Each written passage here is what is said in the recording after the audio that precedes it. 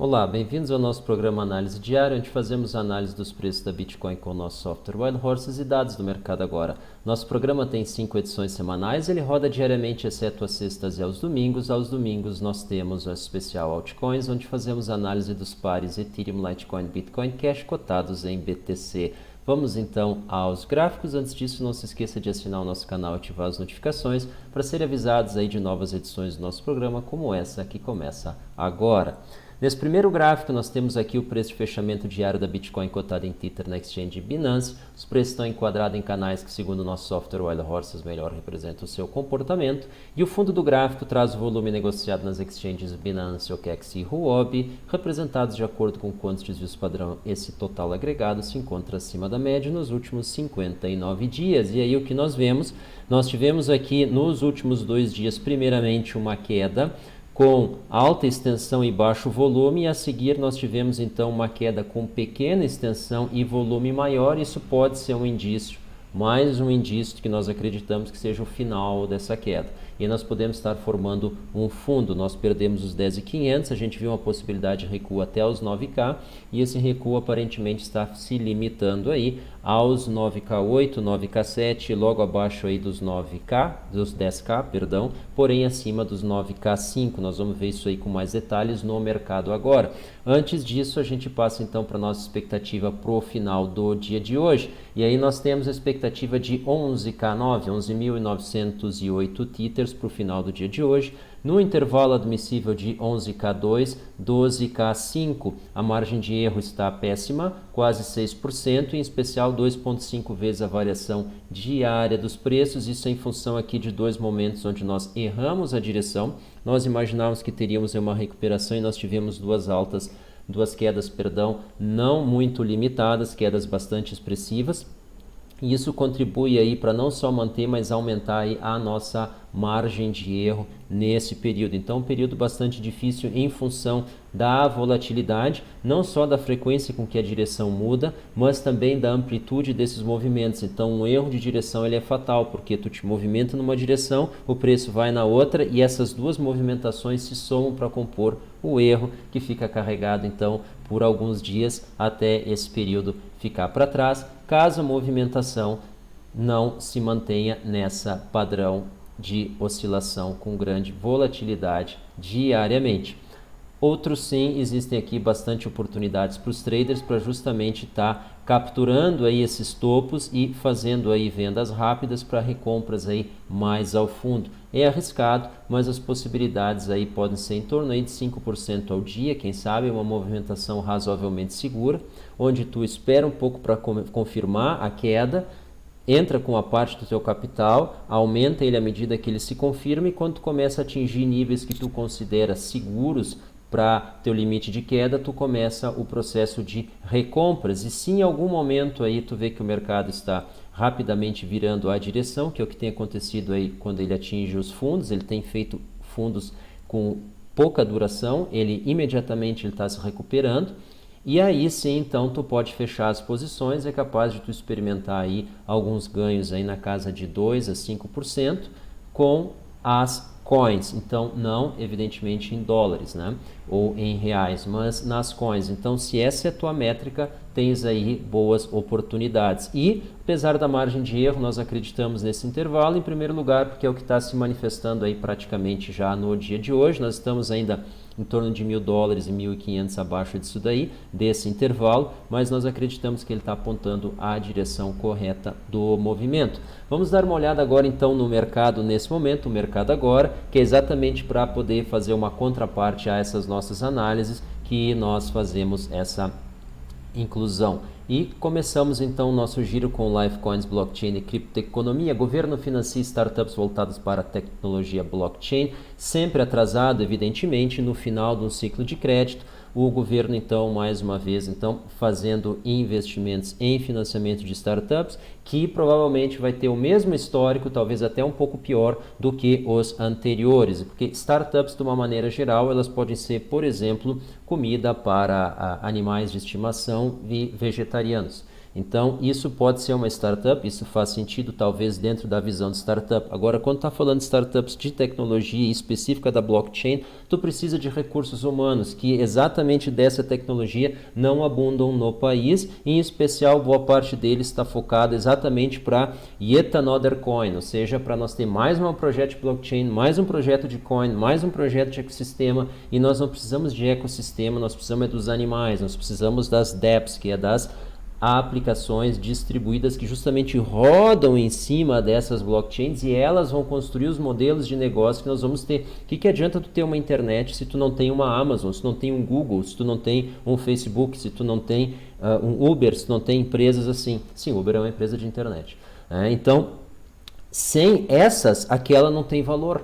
A gente fica trocando mensagem, mandando e-mail, etc. Que é basicamente isso que a gente faz. Hoje a gente fica mandando token um para o outro, que é esse o comércio que se faz, seja para uma exchange, seja para um terceiro, que daí é o peer-to-peer, mas é basicamente isso aí que se faz. Então isso é muito elementar. Nós ainda não temos uma aplicação, por exemplo, ali como não só a captação de fundos, mas também a sincronização de informação, informação do sistema de saúde, a informação de tributos, de imposto de renda, etc, etc. Então não se utiliza ainda essa tecnologia dentro do seu potencial e eu não acredito que nem o governo e nem exista aqui recurso humano suficiente para compor então o que seria esse programa.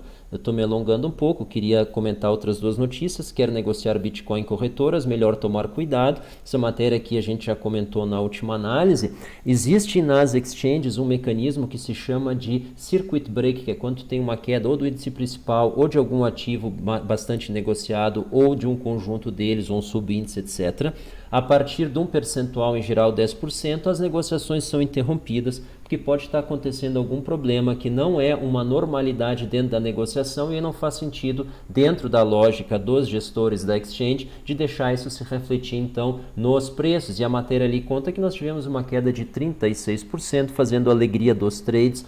Porém, será que houve então a consideração desse tipo de mecanismo durante o projeto da exchange? E aí a gente chama atenção para ter a presença ou a consultoria de executivos então desses mercados tradicionais, dessas exchanges que são fiat currencies, das bolsas de valores tradicionais, para justamente trazer essa expertise com workflow, a movimentação de informação e as regras então de negócio. Então isso é muito importante ter alguém com essa experiência de alguma maneira vinculado ao time. Isso aqui não é só uma questão de ter um software online. Tu ter um negócio online, não é só tu ter um site que permite login, comprar, vender, integrar com gateway de pagamento. Isso é um site que vende online, mas isso dali para um negócio online. Então tu tem a logística, tu tem a política de segurança, tu tem a política de proteção da informação, tu tem o controle de qualidade dos produtos, etc, etc. Então, cadê isso? Então é importante considerar. E por fim, não menos importante, a Binance. Então ela está pensando em listar a Libra, criptomoeda do Facebook. Binance pode listar a Libra, criptomoeda do Facebook. Como que ela vai fazer isso? Porque a Libra ela roda na blockchain que é proprietária da Facebook. E a Binance tem a Binance Chain, que é uma outra blockchain, e elas provavelmente não são compatíveis. Então, como é que tu vai listar a Libra ali? Bom, muito provavelmente eles vão emitir um token naquela novo mecanismo BEP2, né, BEP2, que é uma réplica, talvez, ou uma versão equivalente ao que seria as ERCs que rodam no Ether, né, no Ethereum na realidade, né, Ether é o nome da moeda. E então vamos ter um derivativo na realidade, porque é um ativo que roda em cima da Binance Chain, cujo preço é vinculado a um ativo que roda na blockchain do Facebook. Então toda negociação que é feita dentro da Binance sobre essa Libra não afeta o preço lá fora.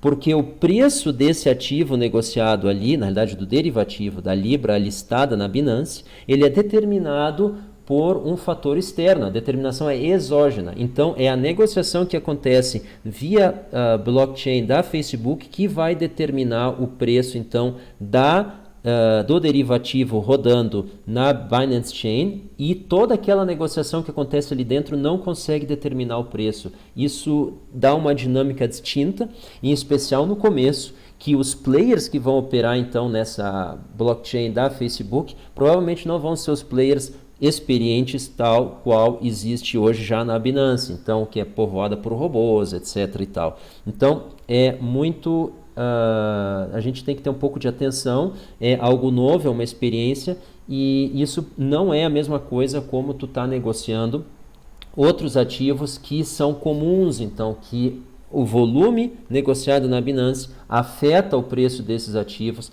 também. Então a gente chama atenção para isso, tá? Talvez com comunicação de informação tu consegue resolver isso, porém vai existir algum delay, isso pode trazer algumas oportunidades de arbitragem, por exemplo, mas a gente chama atenção para os traders que forem comprar isso, saibam que provavelmente comprando então na Binance, vocês não vão estar comprando Libra, vocês vão estar adquirindo um token que é valorado tal qual a Libra. Então isso é importante a gente ter em mente. Mais ou menos quando tu investe num fundo de dólar, tu não está comprando dólar, tu está comprando cota num fundo que são indexadas a partir da variação do dólar, porque o capital desse fundo é investido aí 95%, aí às vezes talvez mais, talvez menos, na compra do ativo dólar.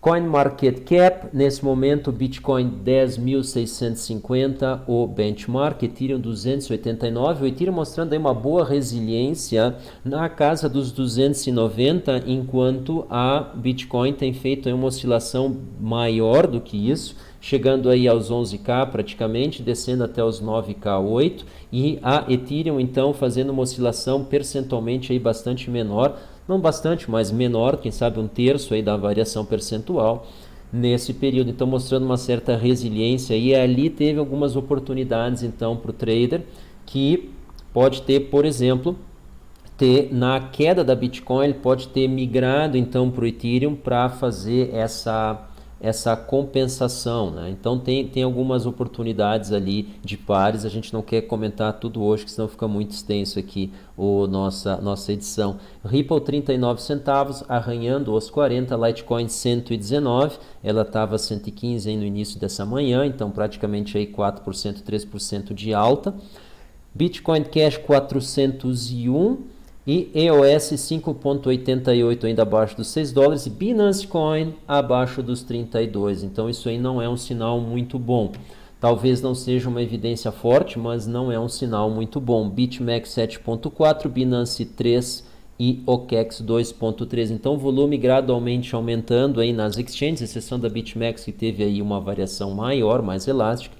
Mas nós vemos aí o volume de negociação aumentando e agora sim a gente entra no mercado, a gente mostra aqui o gráfico diário direto da Binance, Bitcoin cotado em Tether, e a gente vê que nesse momento duas coisas interessantes. O dia acabou de se tornar vermelho, ou seja, acabamos de estar com um dia de baixa e nós estamos com praticamente o mesmo volume do dia anterior e nós ainda temos praticamente 5 horas ainda no dia de hoje, né? 5 horas e 10 minutos antes do encerramento, agora virando para verde novamente. Seria muito importante que nós tivéssemos aí o dia de hoje positivo, ainda que pequeno o seu valor, para, apesar do volume, então volume subindo, volume mais alto, um volume mais forte, associado a um candle de alta nesse dia, isso pode estar sinalizando um fundo dessa movimentação, em especial se nós fecharmos aí acima dos 10.500, que é bastante possível, é o que vem acontecendo hoje.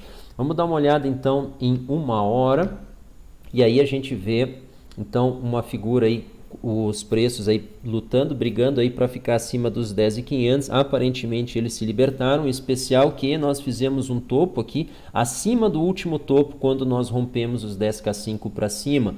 Logo após esse rompimento aí que aconteceu no dia de ontem, nós tivemos aí uma queda, porém nós nos recuperamos, em especial aí no final dessa manhã, às 11 horas, fizemos esse rompimento, atingimos os 10.500 e conseguimos fazer o rompimento após isso. Então, dentro dessa perspectiva, o volume, da maneira como a gente está enxergando, ele poderia, talvez de uma maneira mais gradual, nos levar a um teste aos 12.500. Mas seria muito importante a gente subir e fazer um teste aos 11K.